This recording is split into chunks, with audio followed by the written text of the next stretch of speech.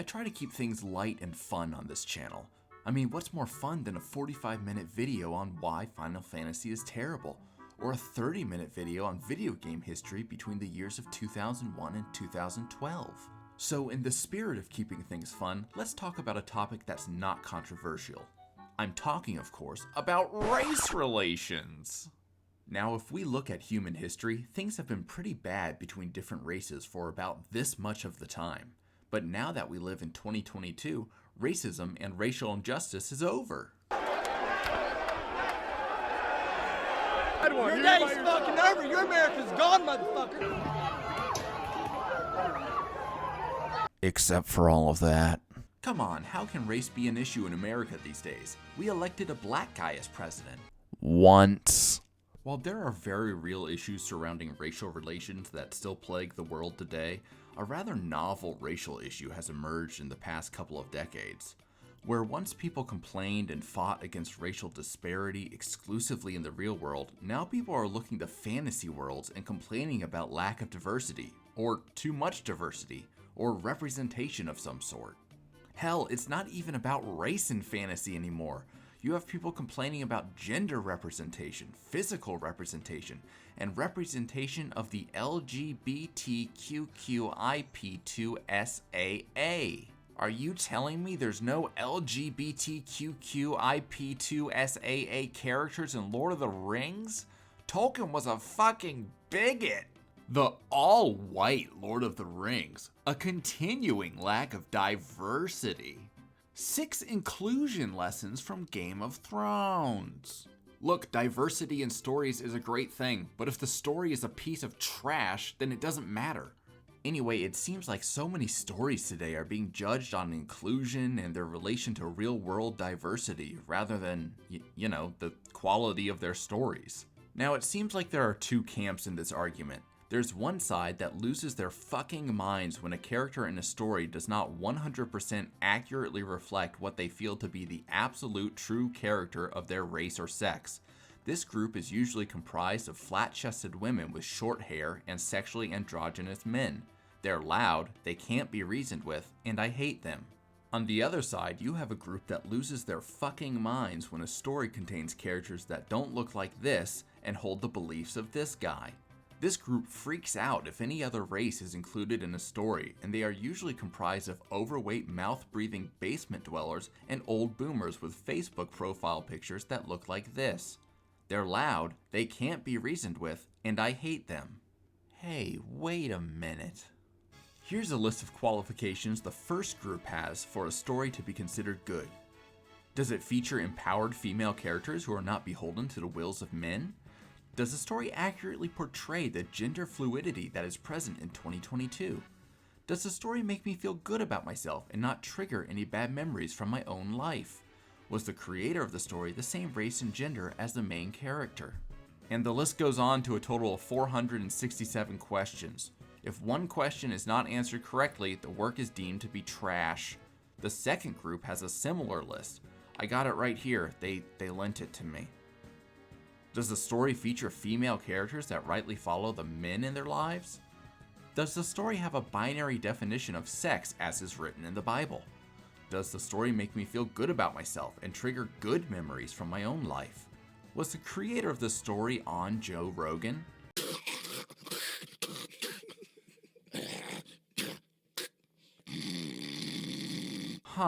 It seems like they have a total of 467 questions too.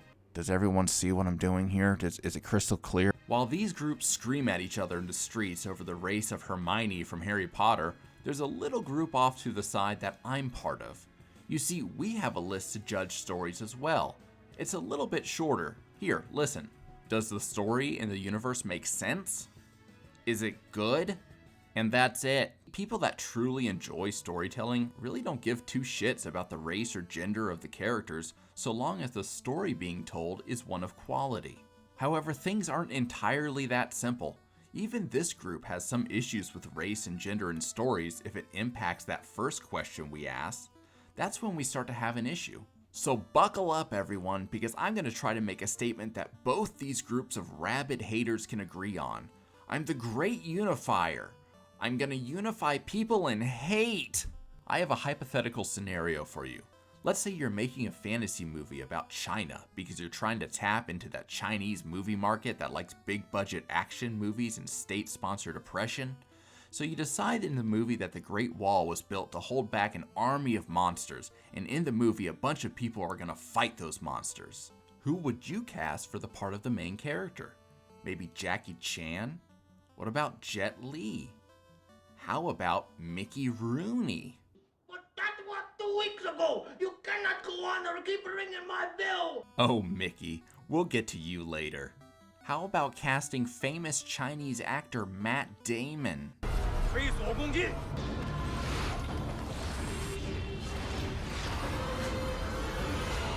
Hey, wait a minute. Why are these people on the wall jumping off the wall to stab monsters? That's like the worst idea ever. Look, the monsters are just eating them. Hey, idiots! You ever heard of boiling oil? Stand on the wall and pour oil on the monsters. Oh, look, they're just gonna keep jumping off and dying. This movie had a budget of $150 million and nobody said this was stupid. Anyway, this is what I'm talking about. A story can call for anything in the world and can exist within any worlds of its choosing. But if you introduce elements into that world that don't make sense, things start to become really stupid. And I don't mean things that don't make sense in our world. I mean, if a storyteller establishes racial or sexual themes in a story, they shouldn't be changed in an adaptation of that story. Basically, if someone establishes certain principles in a world, you shouldn't change it. Listen to the author, they know what they're doing. Unless that author is George R.R. Martin.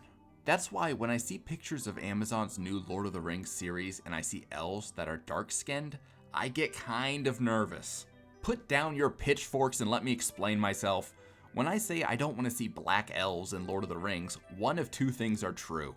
Either I'm an angry racist who hates people because of their race, or I devoted decades of my life to studying Tolkien's lore, storytelling integrity, general fantasy storytelling, and racial relations in real life. Lord of the Rings doesn't have a male-centric story with no dark-skinned people, except for the Haradrim, in it because Tolkien was a woman-hating racist, but rather because the stories that inspired Lord of the Rings didn't really have racially diverse cast members, and the women were relegated to supporting roles. And those stories weren't necessarily racist because they were written by people that were of a single race in a male-dominated society. Plus, Tolkien wrote his stories to take place in a similar land to Europe.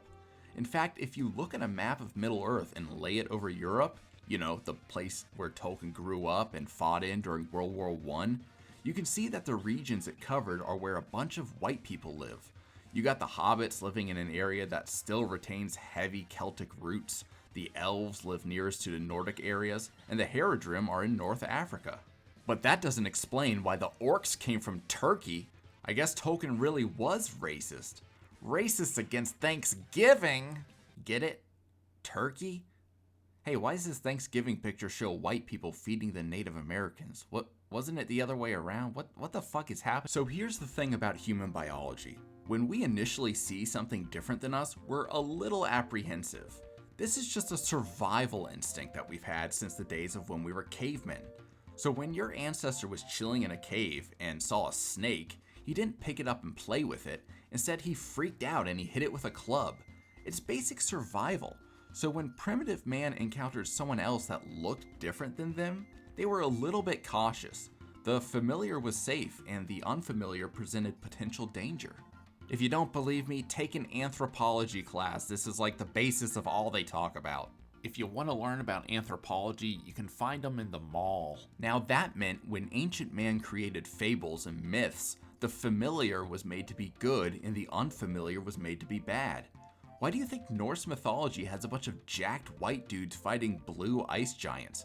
It was written by a bunch of violent psychopathic white people who had only limited knowledge of people that didn't look like them. So of course their stories are going to reflect pure Vikings as good and non-Vikings as bad.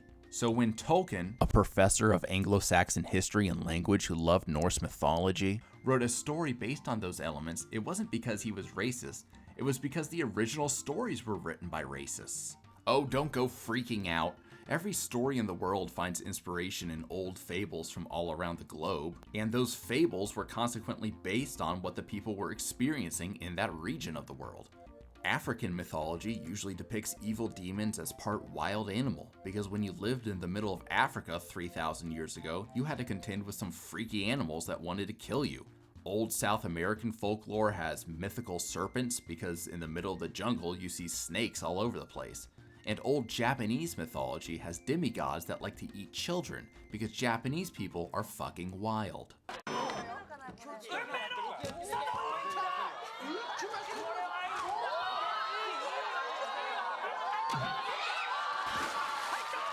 Never change, Japan. I love you so much. Look, all I'm saying here is that storytelling has always had an element of the familiar and good versus the unfamiliar and bad. Usually, the familiar good takes the form of the storytellers, while the unfamiliar and bad looks nothing like the storytellers. Now, these days, many stories that have important racial elements are a lot tamer because we aren't brain-dead emotional tribes people. Oh, well, most of us aren't brain-dead emotional tribes people. You don't see the people of Wakanda calling all other races evil, or Daenerys Targaryen complaining about the races of Essos. By and large, we've moved beyond these primitive roots.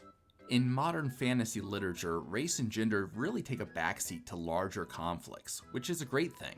The stories of ancient times, while interesting, are ultimately written by simple, fearful people, and they often present an us versus them dichotomy that's rather primitive. So what's this have to do with black elves? Generally, when telling a story, I believe the author's intent should be considered above everything else. If the author is a transphobic piece of shit that only had straight characters in her stories, make all the characters straight. Not to honor that author, but to honor the fact that the straight romances in the book would be questionable if the characters involved in them were homosexual. But if race, gender, or sexual preference for a character in a story isn't really central to that character, or it doesn't hurt the integrity of the story, then make the character whatever race you want. Hermione can be any race as long as she's a know-it-all with a hard-on for Ron Weasley. It's Leviosa, not Leviosa. But if race or gender or sexual preference is an important part of who a character is or where they sit in a story, you shouldn't change it. Not because you're a bigot, but because it wouldn't make sense. Like, imagine if in Black Panther, Killmonger, a character who's defined by his desire to see his people, black people, rise above their horrible history, was played by Tom Hanks. Remember that scene that's a perfect introduction to Killmonger when he says this? Don't trip. I'm gonna take it off your hands for you. These items aren't for sale. How do you think your ancestors got these? You think they paid a fair price? Or did they take it like they took everything else? Imagine if Tom Hanks said that. It wouldn't make any sense. JJ, what am I doing here? Now, some people say this shit doesn't really matter. None of this is real, so why not make fantasy characters whatever race or gender we want? Why not have their sexual preference be anything? Because at the end of the day, this is a fantasy world with dragons and crazy things that we'd never see in real life. Well, in my opinion, when race or gender or sexual preference is integral to the story, the character's arc, the world building, or even the author's vision, altering it diminishes the brilliance of the original work. So in the new Lord of the Rings show, there's some black elves, right? Who cares? Well, you see, in Tolkien mythology, elves are described as the fairest creatures, far more beautiful, tall, and graceful than anyone else. Immortal, wisest, and fairest of all beings. And I think we can presume from the word fair that he's referring to the way fair is used to describe pale people, because that's what it meant in Old English, and Tolkien was a crazy old man that loved language. Furthermore, he explicitly stated that the basis of his mythology was to establish popular mythos for the Anglo-Saxon region of the world. You don't have to be Christopher Tolkien to figure out that he wanted the elves to be white. Does anyone get that joke? Please tell me someone out there understands my Christopher Tolkien joke. Oh my god, I've wasted my life, haven't I? I've wasted too much time. Now, I know what you're thinking. It's no big deal as long as the story is good, right? Well, Yeah, that's true, and if this is a great show, then who cares what races the characters are? But when I see a trailer for this new Lord of the Rings show and I see them blatantly going against the author's intent on this minor thing, it makes me wonder what else they're altering. Then you realize that Amazon doesn't have the rights for the Silmarillion and they're just kind of winging it with the show, and I start to wonder what other creative liberties they're taking. Oh look, a big CGI monster that looks worse than the cave troll from 20 years ago. And before you call me racist, I'm totally fine with the Dwarven Queen being black because I think it could be argued that it fits in with the lore. You see, Aule, one of the Valar, was the one that made the dwarves, and Eru, or Iluvatar as he's known by the elves, was the only one that could make pure majestic life. So in accordance to Tolkien lore, the dwarves could be darker skinned just as the ice giants were in Norse mythology because both are considered to be lesser than that which is created by the divine. So it kind of makes sense for the dwarves to have darker complexions in Lord of the Rings. Excuse me? Hey, stop trying to pause the video and type a comment. I see you writing about how I'm implying black people are lesser. I'm talking about in accordance with Tolkien's mythos, which is based on Norse mythology, not in real life. I don't care what race or gender or sexual preference someone is in real life. I just don't. Oh my god, people are gonna think this video is a hate crime, aren't they? Decades of seeking to understand racial relations and be a good person undone by a fucking Lord of the Rings analogy. The color of our skin is an important part of who we are, but we should all know that it's okay that we all look different in so very many ways. You tell him, man. Hey, wait a minute. She's a dwarf, but she doesn't have a beard? That's stupider than any race thing in this Lord of the Rings show. It's true you don't see many dwarf women. And in fact, they are so alike in voice and appearance that they're often mistaken for dwarf men. It's the beards. This shit isn't just a white person or black person issue either. For every one character that's incorrectly made black, there's like 20 characters that have been made white. You had Mickey Rooney playing Mr. Yunioshi in Breakfast at Tiffany's, Max Minghella playing Davia Narendra in The Social Network, Scarlett Johansson in Ghost in the Shell, and fucking John Wayne played Genghis Khan. I've studied Genghis Khan extensively, and this casting choice makes me more angry than anything else I've talked about in this video. Genghis Khan was a fat Mongolian rapist, not some white wannabe cowboy. You return empty-handed from the chase, my son? Not so, fine gazelle. I don't think I've ever heard a worse delivery of a line in my life. Not so, fine gazelle. Not so, fine gazelle. Not so, fine gazelle. Yeah, I'm sure that's how Genghis Khan sounded. Hey, that brings up another point. In fantasy, changing race or gender or sexual preference is already kind of dicey. But have you seen people change the race and gender of actual historical figures? Tell this to my daughter. Let your fear drive you to be bigger, louder. Fly close to the sun. The sky itself will not limit you. This is my destiny.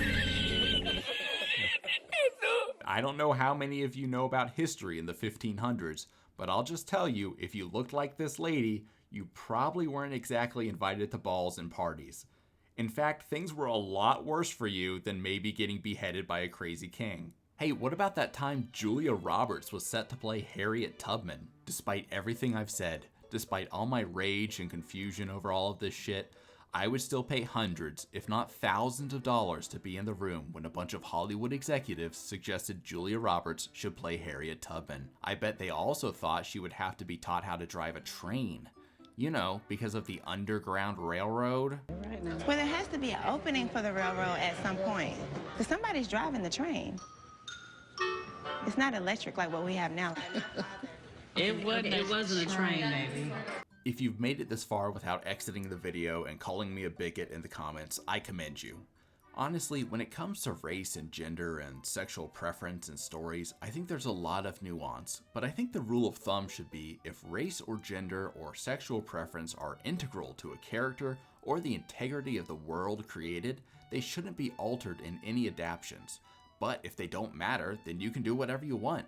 And I can't believe I have to say this, but if you're making a story about a real character, make sure you cast someone that actually fucking looks like them. Unless you're Lin-Manuel Miranda making Hamilton, because that shit slaps. Monsieur Hamilton! Monsieur Lafayette! In command where you belong! Are you saying no sweat? We're finally on the field. We've had quite a run. Immigrants, we get the job done. Ultimately, I fear the two groups I mentioned at the beginning really lose sight of what's important. One group thinks everyone should be represented in stories, and the other group thinks no one should be represented. But this isn't a black or white issue, just like race. We're all different colors, there's nuances to our different cultures, and ultimately race or gender doesn't really make anyone inferior or superior to anyone else. And oftentimes, those that think their race makes them superior are the ugliest fucking people you've ever seen. I mean, have you seen what those white pride people look like? I don't know what I said. I don't remember. At the end of the day, anyone who considers things like race, culture, gender, or sexual preference to be indicative of an individual's ability or worth is an asshole. And my sincerest hope is that nobody leaves this video thinking I have any sort of preference towards any of these things. I love all the different people of the world. I don't care what you look like or what's between your legs or who you want to fuck. None of that stuff matters. Unless, of course, you think the earth is flat. Then I don't care what you look like or where you come from. You're just a fucking idiot. The only thing that matters when it comes to stories is the integrity of the story and if it's entertaining. Remember our two questions? Does the story and the universe make sense, and is it good? Well, when writing a story or adapting a story to a new medium, these are the first questions that need to be asked. If you can alter a character's biology or sexual preference or whatever, and it doesn't mess with the character's arc or their place in the story, go crazy, who cares? But if altering a character's biology or sexual preference or what have you raises an issue with the logic of the universe, or the author's broader intent, or even if casting a different race is an insult to the creators of the story, then you just shouldn't do it. None of these things inherently make a story horrible, but they are often a sign of general negligence by the adapters towards the source material, and choices like this always raise the question, well, if they made a choice like that, what else are they changing? Remember the Final Fantasy video? The Final Fantasy remake made changes and everyone hated those changes. Just give us the same shit over and over again. Hollywood, I know you just want to make money, just keep doing the same thing. I guess that's all I really wanted to say. Now I'll release the video to the public with confidence that all responses will be measured, thoughtful, and unabrasive. I mean, what else should I expect from the American people? Barack Obama had a big part of 9/11. Yeah, he's calling us with updates. Yeah. Keep filming. I hate Obamacare. I think it's retarded and pointless. But a lot of people in Mississippi need health care. Yeah.